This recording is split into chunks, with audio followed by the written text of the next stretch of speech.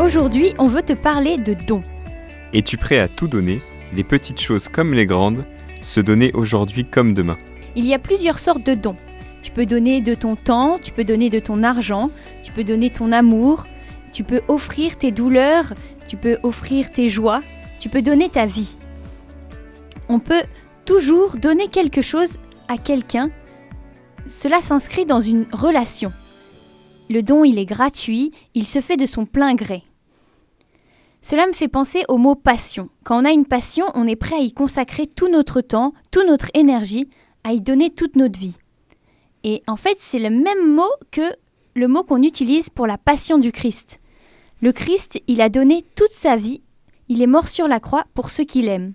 Il est mort pour toi, il est mort pour moi, il est mort pour toute l'humanité. Et en fait, c'est à ça qu'on est invités nous aussi, à donner notre vie pour ceux qu'on aime, à donner notre vie pour nos frères. Mais attention, parce que dans le mot don, il y a aussi une dimension d'absolu. On veut tout donner. Mais il ne faut pas tomber dans l'excès ou s'oublier soi-même. Il y a beaucoup de personnes qui veulent tout donner, mais qui ne sont pas prêtes à recevoir ce que les autres peuvent leur donner aussi. Il faut trouver un bon équilibre. La vie, elle porte du fruit dans la mesure où on donne à sa juste valeur. Alors moi, quand je me suis retrouvé en 3e année d'études, j'étais à un point où mes 3 années passées ne m'avaient pas vraiment plu et ne me servaient à rien. À un point où je n'avais pas d'autre choix que de tout donner, de faire un grand saut dans le vide pour aller à la découverte de moi-même, de Dieu et des autres. À ce moment-là, j'ai eu comme une grande intuition qu'en donnant tout à Dieu, en remettant tout entre ses mains chaque jour, sans me soucier trop du lendemain, allait résulter une joie 10 fois plus grande que dans le fait de tout contrôler. Moi, à 20 ans, j'étais très attiré par le confort d'une vie bien rangée, avec un bon salaire, une bonne place dans la société, mais j'avais oublié une chose qu'on dit très souvent quand on récite le Notre Père, c'est que ta volonté soit faite. Tout donner pourquoi, pour qui? Eh bien pour faire sa volonté. Croyez-moi, on se rend très vite compte dans la prière quand on s'éloigne de cette volonté. Très souvent, on dit ça en pensant que ta volonté soit faite, mais si ça pouvait être mon petit caprice du moment, ça serait quand même pas mal. Cette volonté qu'on nomme dans le Notre Père, elle n'est jamais contraire à ce qu'on veut vraiment. Au contraire, elle répond à nos aspirations les plus profondes.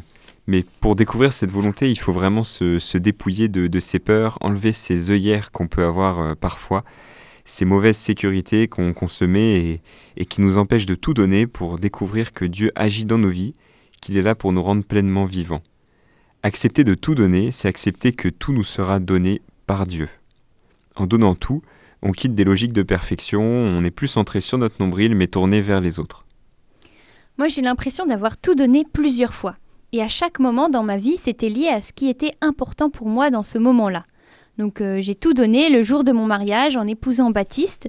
Ensemble, on s'est donné au Christ. On lui a confié notre mariage, notre couple, nos futurs enfants, toutes nos vies.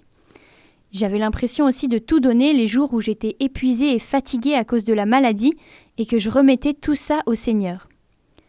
Et une autre fois où j'ai tout donné, c'est dans les piscines de Lourdes, quand je me suis tournée dans la prière et j'ai dit au Seigneur, viens me guérir si c'est ta volonté, ou sinon donne-moi la force dont je vais avoir besoin pour vivre avec cette maladie aussi longtemps que je l'aurai. Et en fait, ce jour-là, le Seigneur, il a répondu à ma prière, sans que je le sache tout de suite. Je l'ai découvert qu'un peu plus tard.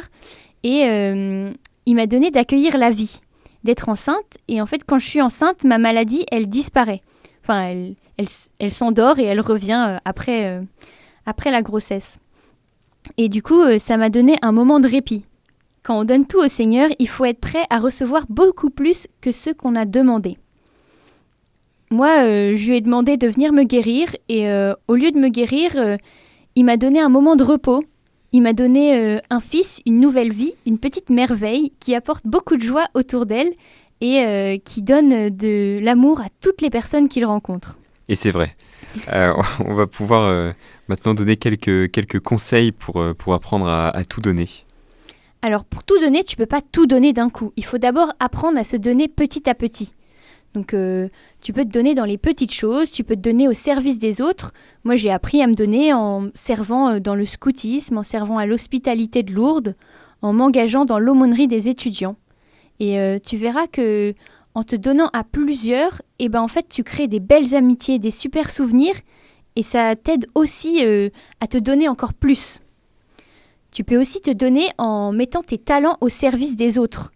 Et c'est une belle façon de t'épanouir et de découvrir la personne que tu es appelé à devenir.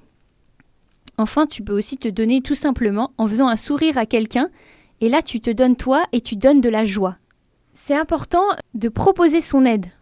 Parce que les gens, des fois, ils n'osent pas demander de l'aide. Du coup, c'est important de proposer son aide. C'est important de veiller aux personnes qui nous aident. Parce qu'il y a des personnes qui sont prêtes à tout donner, mais qui ne savent pas recevoir. Donc, prends bien le temps de faire attention à ceux qui t'aident pour pouvoir les aider toi aussi. C'est très vrai, on est très souvent des champions du don, mais on est incapable de recevoir un simple compliment ou un merci. On pense que ce qu'on fait n'est jamais assez, alors que des fois, il faut simplement savoir accueillir la gratitude de l'autre, et cette gratitude, elle vient vraiment nous remplir. Le Seigneur t'appelle à te donner, à tout donner, notamment en Luc 9, 23, 25. Il leur disait à tous, « Celui qui veut marcher à ma suite, qu'il renonce à lui-même, qu'il prenne sa croix chaque jour et qu'il me suive. Car celui qui veut sauver sa vie la perdra, mais celui qui perdra sa vie à cause de moi la sauvera. Quel avantage un homme aura-t-il à gagner le monde entier s'il se perd ou se ruine lui-même ?